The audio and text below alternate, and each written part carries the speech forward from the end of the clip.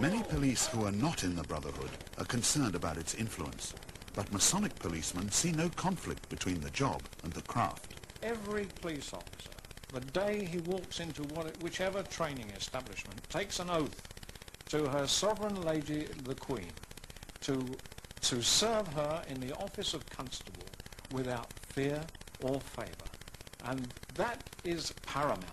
Whatever else you do in your life, whatever else you become, whether you're a Boy Scout, a Freemason, or you join the local golf club, it matters not. It is your obligation as a constable that is paramount.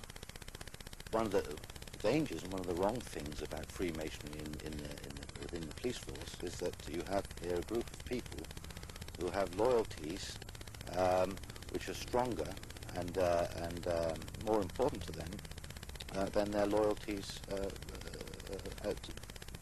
to the police force and to the public as their oath. But why do so many young policemen become Freemasons? There's certainly a feeling that if you are a Mason, you better your chances of promotion, or you better your chances of being selected in London for the CID. This was exactly the experience of John Simons. Having become a Mason in the army, he joined the Metropolitan Police in 1960. When he wanted to join the elite CID, he found his Masonry came in very handy. But there was another vital qualification for young police anxious to become detectives. You either had to be corrupt or you had to condone corruption. You were tested in a way, you know. They didn't want to bring into the CID people who were going to be horrified at my corruption, who were going to make waves and complain about it and whatnot. And you were really tested. You would not only corruption in as much as that you would be prepared to accept money, or perhaps if you weren't prepared to accept money, you wouldn't make a fuss about other people. You would condone it. When Simons joined CID, a dangerous tradition prevailed at Scotland Yard. To keep the lid on serious crime, some senior officers took payoffs from major criminals and let them run the rackets. They gave them licenses. They used them as a sort of police force, in a way, to patrol and control the areas that they operated in. Now, that relationship was itself corrupt, but it was also oiled by money, which gave it another degree of corruption. It was a pretty nasty pot. In 1969, the Times newspaper was contacted by a small-time criminal claiming to be fed up with detectives extorting money from him. Reporters tape-recorded his next encounters with detectives, one of whom explained how the criminal could buy immunity to commit crime all over London. And the phrase that he used, that the officer used, was, "I'm a member of a little firm within a firm."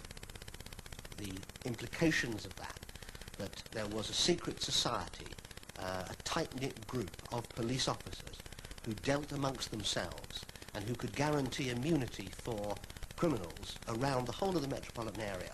That phrase gave a depth and a ring to what was to become a major corruption scandal. The officer who talked of the firm in a firm was Freemason John Simons. When the story was published, he was charged with soliciting a £50 bribe and suspended. While not denying his part in the corruption of the time, he claims the actual charge was absurd. Faced with what he saw as a fit-up, he sent word to the officers probing the allegations that if jailed, he would expose many other corrupt detectives. The chief investigator was a Freemason, Superintendent Bill Moody, then head of London's Obscene Publications Squad. I sent a message to Moody through another Freemason saying that I wouldn't stand for the fit-up. I knew what was going on, and unless he stopped doing what he was doing, I intended to expose everything that I knew about Metropolitan Police, corruption, Freemasonry, its involvement in corruption, himself, and the porn squad, which I knew about. In threatening to expose his brother Masons, Simons was only too aware of the traditional punishment awaiting Masonic traitors, being cut in half. The penal sign is given by drawing the hand smartly across the body. The threat is perhaps symbolic, but according to Simons, the reality is just as bad. It's much more dangerous to receive a Masonic threat. It's not the sort of what the injuries to be inflicted. It means that a group of people who have power have this tremendous animosity towards you, a group animosity, if you like. And the threat is that certain bad things will befall you.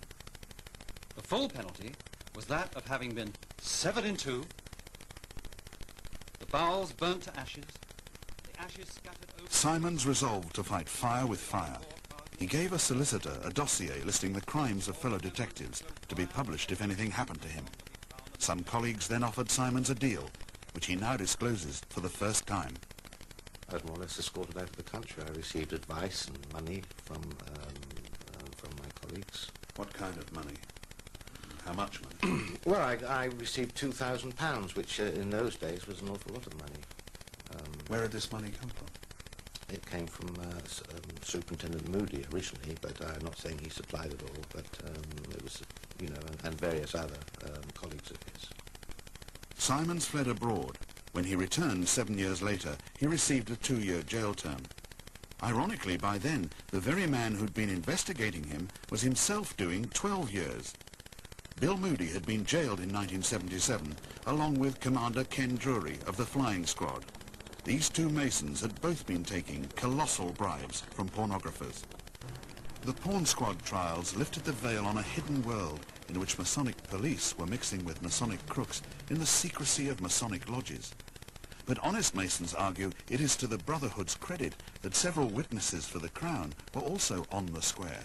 Some of the people who brought them to justice were in fact Freemasons, but primarily they were good investigative police officers, and they did not depart from the true course of their duty.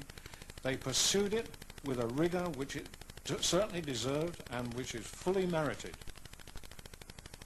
Back in 1877, exactly 100 years before the Porn Squad trials, bribery and corruption had become so endemic in Scotland Yard's detective department that complete reorganisation was necessary. Even then, Masonry had played a dominant role.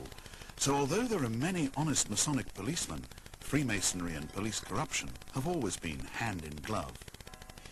For a young officer to join the Masons, there've got to be some question marks. I mean, why do men of 25, 26 want to join a fairly old-fashioned organisation which has a fuddy-duddy image, a fairly serious image?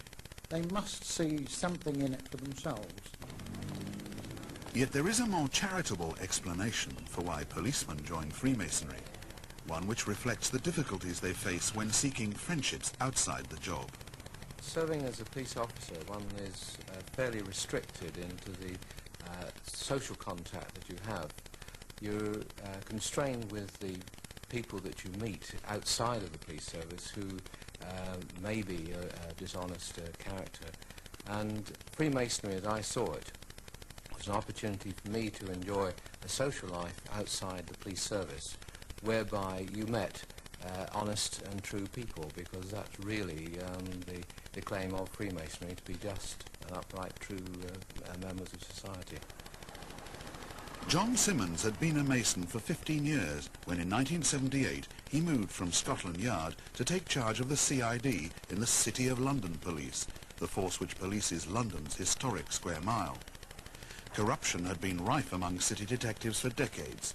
In May 1978, a security guard was shot dead as he delivered £200,000 in wages to the Daily Mirror. It was the third violent robbery to hit the city in 18 months, netting the robbers £640,000. Each was carried out with an ease indicating the gangsters had been working with corrupt police. Simmons started his new job the day after the Mirror robbery. Already suspicious of some of the detectives now under his command, he decided not to reveal that he himself was a Mason. I knew that the principals involved in it were Freemasons, and I didn't want to go in there with any chance of being caught up with them. I just wanted to avoid anybody knowing I wanted to do my job as it should be done.